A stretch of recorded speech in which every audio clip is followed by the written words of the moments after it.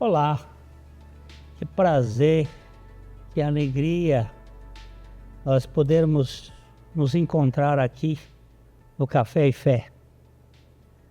Eu já falei da outra vez que nós estamos entrando num novo espaço com algumas mudanças e nós vamos começar hoje com um convidado que vai estar conosco. Nós vamos conversar sobre aquilo que é fundamental, que é o Evangelho das insondáveis riquezas de Cristo.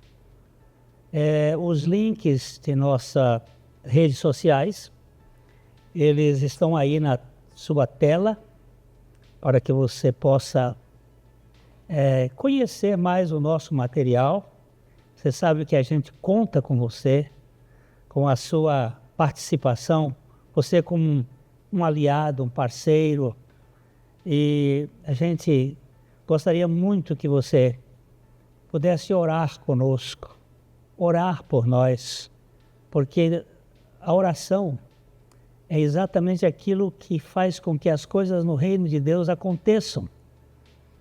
Você também pode ser um divulgador desse material e, se for o caso, nos ajudar contribuindo para que o programa possa ser mantido. Como eu disse, hoje nós teremos um convidado, o Pedro, que vai estar conosco, e nós vamos conversar sobre o Evangelho. Nós vamos ter uma pequena parada e já nós estamos voltando.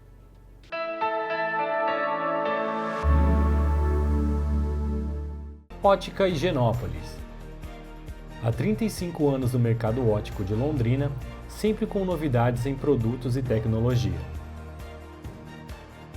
Nossa equipe está preparada para dar uma verdadeira consultoria, facilitando a escolha de seus óculos para correção ou proteção solar.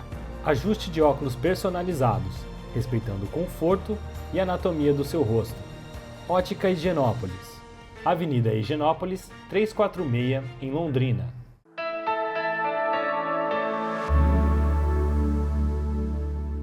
A gente falar das maravilhas do Evangelho, é bom conversar. Nosso programa é Café e Fé. Café, a gente tem aí, vocês estão tendo oportunidade, e vamos conversar um pouco sobre a fé. Uma das questões que tem sido levantada é o que é a graça. O que é graça? E nós vamos olhar esse assunto com o coração, porque há muita gente que acha que graça é viver um laissez-faire, laissez-passer, como dizem os franceses.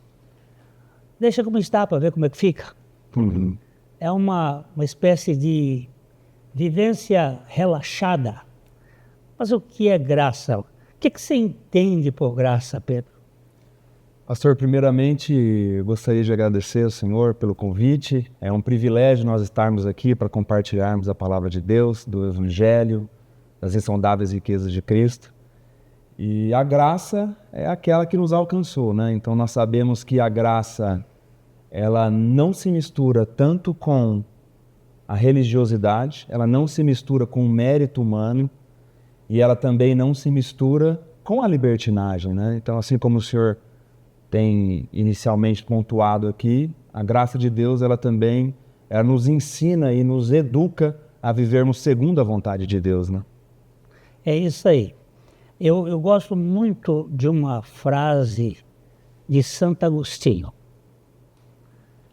Aquele homem que viveu na sombra do pecado, na angústia existencial, que depois teve uma experiência marcante com o Senhor Jesus, e ele diz assim: a graça de Deus não encontra homens aptos para a salvação, mas torna-os aptos a recebê-la.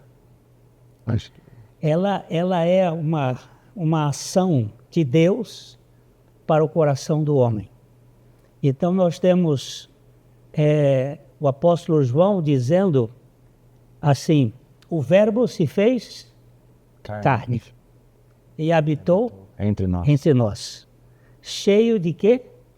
Graça e verdade. E vimos a sua glória, como a glória do unigênito do Pai. A graça é a característica do atributo da divindade, é um atributo divino. E quando o apóstolo João fala, também ele diz, porque a lei foi dada por intermédio de Moisés. A graça e a verdade vieram por meio de Jesus. Então, graça é Deus dando e fazendo tudo a quem nada merece. Como é que você conheceu Jesus Cristo? Por meio da palavra dele, né? Nós vemos que Jesus Cristo, ele é o Verbo encarnado, ele é a própria palavra de Deus. E quando nós conhecemos Jesus Cristo, foi por única e exclusivamente pela graça de Deus. Não foi por nada que houvesse em nós, onde nós poderíamos de alguma forma buscá-lo, até porque nós estávamos mortos em nossos delitos e pecados, mas nós conhecemos Jesus Cristo porque um dia, ele pela sua graça e pela sua misericórdia, ele nos considerou e ele nos amou, e hoje nós reconhecemos o senhorio do nosso Salvador. Então isso é maravilhoso, isso é graça, né? Eu também olho aqui um pensamento que diz o seguinte: a graça está especialmente associada com os homens em seus pecados. Por outro lado, a misericórdia está geralmente associada com os homens em sua miséria. Há um barco com 2 lemes. Um chama graça, o outro chama misericórdia. A misericórdia, o leme da graça é Deus me dar o que eu não merecia. E o leme da misericórdia é Ele não nos dá o que a gente merece. É isso aí.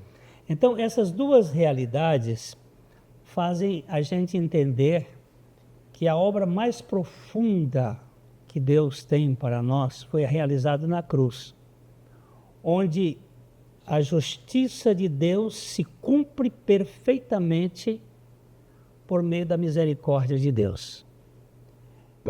O que você merecia em consequência do pecado? Nós merecíamos a condenação, né? Nós merecíamos o inferno, né? A santa e justa ira de Deus pelos nossos pecados. Então, assim como essa frase que o Senhor falou agora, né? Que a misericórdia é o Senhor não nos dando o que nós merecemos. E além do Senhor quitar a nossa dívida naquela cruz, quando Ele envia o Seu Filho Jesus Cristo, nosso Senhor e Salvador, lá Ele quita as nossas dívidas naquela cruz. Além disso, Ele não só perdoou os nossos pecados e quitou as nossas dívidas, mas Jesus, Ele também encheu a nossa conta bancária de todas as riquezas espirituais. Então, o Senhor, quando Ele tem misericórdia de nós, pela Sua graça, Ele não nos dá o que nós merecemos e, além disso, Ele nos dá tudo, porque em Cristo nós temos todas as riquezas espirituais, né? Isso é maravilhoso. Isso é demais. Sabe o que eu merecia? A morte. E Jesus morreu. Morreu para satisfazer a justiça de Deus. Agora, quando Ele ressuscitou, Ele me deu a nova vida. Isso se chama novo nascimento. O que é o novo nascimento? É a obra realizada por Cristo, onde Ele nos leva a morrer juntamente com Ele e a ressuscitar em novidade de vida. E agora nós precisamos conhecer como andar pela graça. Como é que nós vamos andar pela graça? há alguns aspectos práticos, né, de andarmos pela graça. Eu selecionei aqui alguns deles. Em Colossenses, no capítulo 1, no versículo 14, ele diz assim: no qual temos a redenção, a remissão dos nossos pecados. Primeira característica que a graça faz é nos tirar da culpa, da vergonha, Nos redimir, né? nos redimir dos nossos pecados, a remissão dos nossos pecados. Quanto é que você deve diante de Deus? Um preço que só poderia ser pago por Jesus, ou seja, um preço infinito, né? Então nós que deveríamos ter morrido naquela cruz, aquela morte não era de Jesus, aquela morte era nossa. E quando nós olhamos para a obra de Cristo e o que Ele fez em nosso favor, nós vemos que anteriormente o nosso velho homem, a nossa vida, a nossa antiga maneira de viver, a nossa vida de Adão, né, que é a vida de Adão, nós vemos que ela estava viva e o espírito morto em seus delitos e pecados, né? E agora com a cruz ela vem, ela descomplica, ela resolve esse rombo do pecado e aí ela inverte essa situação. Quando nós pela graça somos salvos e o Senhor nos leva a nos arrependermos, nós entendemos agora que o nosso velho homem que antes estava vivíssimo, agora na morte de Jesus Cristo ele foi morto juntamente com ele. E quando o novo homem, quando Jesus Cristo ressuscita naquela cruz, nós ressuscitamos juntamente com ele. Então, o espírito que anteriormente estava morto, agora na ressurreição foi vivificado juntamente com Cristo. Então, a cruz ela coloca ordem nas coisas, coloca ordem na nossa vida, e isso é maravilhoso. E a partir daí que nós podemos andar em novidade de vida, em santificação pela graça de Deus. Mas Pedro, você está falando uma coisa, você disse que o nosso velho homem morreu, e eu creio que ele morreu mesmo. Por quê? A Bíblia diz, sabendo isto, Que foi crucificado com ele o nosso velho homem. Mas tem uma turma que sustenta que o velho homem desceu da cruz. Não, que o velho homem está vivo. Que o velho homem, ele não morreu. Jesus foi crucificado, mas o meu velho homem continua. Como a gente pode explicar uma contradição dessas? Que a Bíblia diz que ele foi crucificado com Cristo. Ele morreu ou não morreu? Então, quando nós olhamos aparentes contradições na Bíblia, na verdade não são contradições, né? Nós precisamos observar e tentar interpretar a Bíblia com a própria Bíblia, né? Então, eu acho que para a gente desatar esse nó, tem alguns irmãos que nos ajudaram muito. Um deles está aqui do meu lado, o pastor Glênio. O Dr. Martin Lloyd Jones também nos ajudou muito, fazendo essa diferenciação entre o velho homem e a natureza terrena, né? Que são coisas distintas. Uma coisa é o velho homem, que foi crucificado com Cristo. Nós espiritualmente, representativamente, nós fomos unidos a Ele e o nosso velho homem morreu de uma vez por todas. Agora, nós ainda habitamos em um corpo de pecado, né? E nós vemos que a palavra nos exorta e nos chama, fazei, pois, morrer a nossa natureza terrena. Essa natureza terrena, Adão tinha antes do pecado. Foi através da sua natureza terrena que ele entrou no campo do pecado. Porque não existe tentação que não seja humana. Então ele foi tentado e ele caiu por causa da natureza terrena. E nós continuaremos com essa natureza terrena até o Senhor Jesus Cristo voltar. Depois é que nós vamos receber um corpo de glória. Então, a primeira questão que eu vejo, que muitas pessoas não conseguem experimentar esta remissão dos pecados e a redenção através do sangue de Jesus Cristo. E vivem uma vida de espécie de vício, um vício contínuo de dependência do pecado, torna a pecar, vivendo o pecado. Não estou dizendo que não peca, eu estou dizendo que o pecado não terá mais domínio sobre nós, porque não estamos debaixo da lei, mas sim debaixo da graça.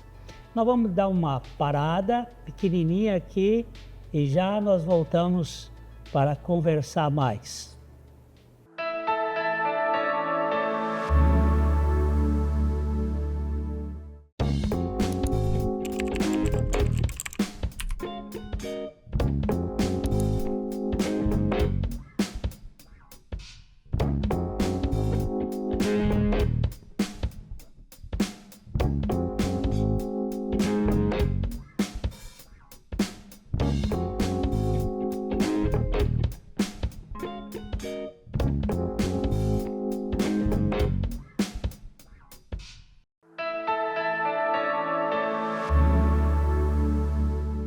Como nós estávamos falando, a graça de Deus é esse atributo da própria essência de Deus que nos desconecta do império das trevas e vai nos conectar no reino do Filho do seu amor. Isto é um milagre, né? E o Senhor Jesus fez uma comparação que eu queria que você desse um toque sobre a questão quando os religiosos estavam preocupados com este comportamento externo, até com o jejum, com essas coisas. E Jesus falou sobre a questão do odre. E do remendo também. Os remendos, o odre velho, da roupa velha com remendo novo. Como é que você entende isso? Então, se nós formos observar o significado da palavra remendo, nós vemos que é um pedaço de pano para ocultar um rasgo, para ocultar um buraco. Então, quando nós observamos lá no capítulo 5 de Lucas, aqueles fariseus que estavam com Jesus, eles estavam exigindo dos outros um jejum em um momento inapropriado, né? Porque eles exigiam jejuns 2 vezes por semana e colocavam coisas e mais tradições humanas acima da lei de Deus. E Jesus, ele vem, ele até abri aqui no texto, em Lucas capítulo 5, Jesus ele vem e diz ali no versículo 36, ninguém tira um pedaço de veste nova e o põe em veste velha, pois rasgará a nova, e o remendo da nova não se ajustará à velha. Então, qual que é o ensino de Jesus? Quando o ser humano ele tenta colocar qualquer sistema religioso ou a própria autossuficiência, que querendo ou não é um sistema religioso, né? A vida de Adão, a vida escrava do pecado, tenta harmonizar com a vida de Cristo, com a nova aliança, com o evangelho da graça. Jesus está dizendo que você tentar fazer isso é você tentar pegar uma roupa nova e remendar numa roupa velha. Isso não faz nenhum sentido, pastor Glenn. Você imagina nossas esposas vão lá numa loja em promoção no shopping, vão lá, compram uma roupa nova, aí tiram um pedaço da roupa nova para poder mal remendar uma velha. Ela ficou com 2 problemas. Porque primeiro ela estragou a roupa nova e segundo que ela mal costurou a roupa velha, porque o remendo da roupa nova não vai encaixar na roupa velha, vai ficar desarmonioso, né? Então Jesus está dizendo que o evangelho da graça ele não há mistura, ele não harmoniza com a vida de Adão, com a vida do velho homem. Então é por isso que o Senhor ele nos faz novas criaturas, né? Eu também gostaria que o Senhor também falasse um pouquinho dos odres, né? Porque logo em seguida Jesus ele fala que não se faz remendo e depois ele fala que você não coloca o vinho novo em odres velhos. Os odres eram feitos normalmente de estômago de carneiro.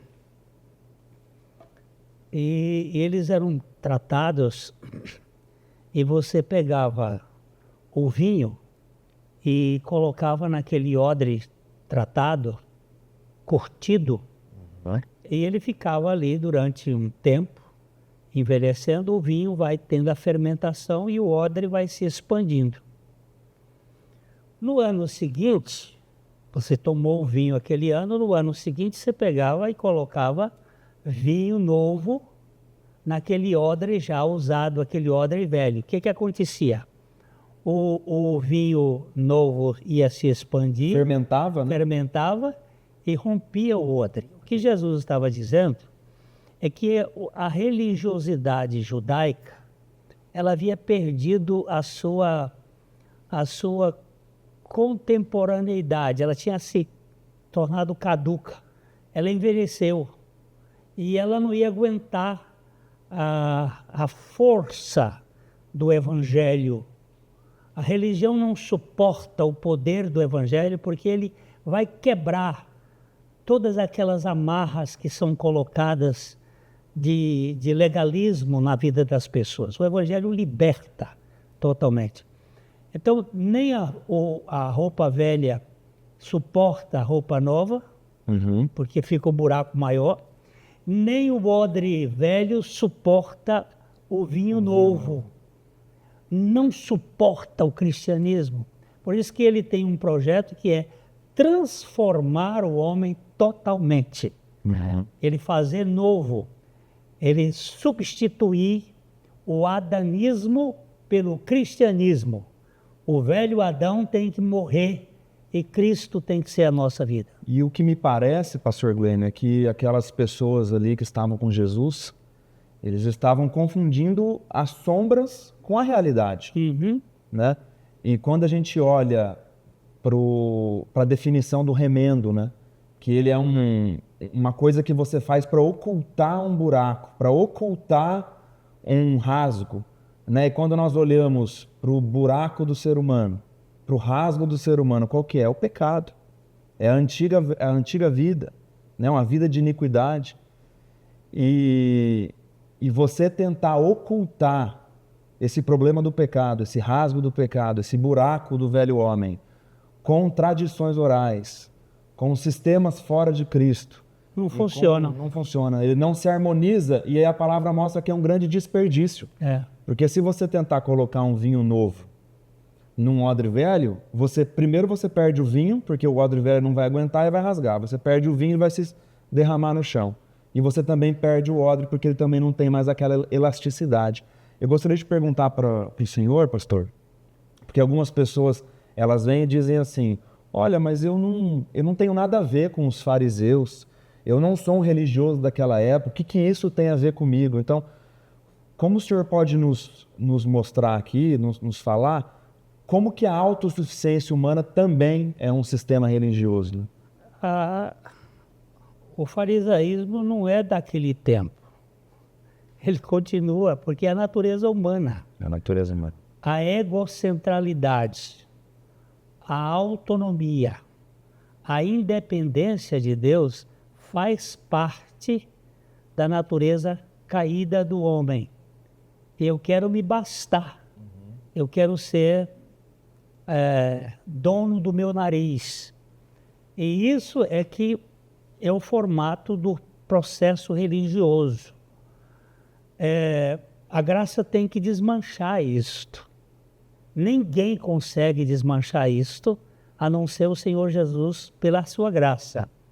Quando Ele nos tira do império das trevas, da ignorância, da cegueira espiritual e nos transplanta para o reino do Filho do seu amor.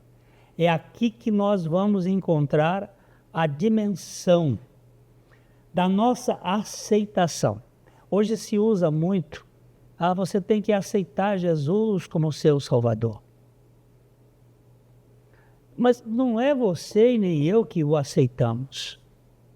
Foi Ele que nos aceitou, nos incluiu ali na cruz para desmanchar esse troço que ficou errado.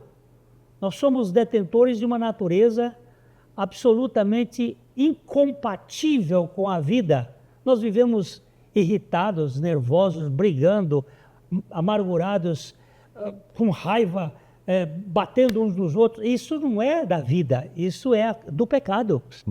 Isso é a fonte do pecado. O pecado é que é a fonte de tudo isso. Então, nós precisamos ser desmanchados. E não vai ser em igreja batista, nem em igreja católica, nem em igreja XYZ, mas vai ser em Cristo Jesus. Amém. É nele, por ele e para ele que são todas as coisas. E ele nos fez idôneos à parte que nos cabe da herança dos santos na luz. Ele nos fez idôneos. Essa idoneidade é feita em Cristo. Eu louvo ao Senhor porque a graça, ela faz esta obra, ela desmancha aquilo que é velho e faz novas todas as coisas. Então é importante nós frisarmos que nós podemos observar o que Jesus fala sobre os odres e tipificar isso para nós também, né? Sim. Jesus, ele precisa, para o evangelho entrar, o Senhor precisava nos fazer novas criaturas em Cristo Jesus. Desmanchar todo esse odre da cultura, da religiosidade, da autossuficiência, e nos fazer novos em Cristo Jesus. Eu sempre cito uma das figuras, dos exemplos mais fáceis da gente entender, que é a borboleta, a lagarta e a borboleta.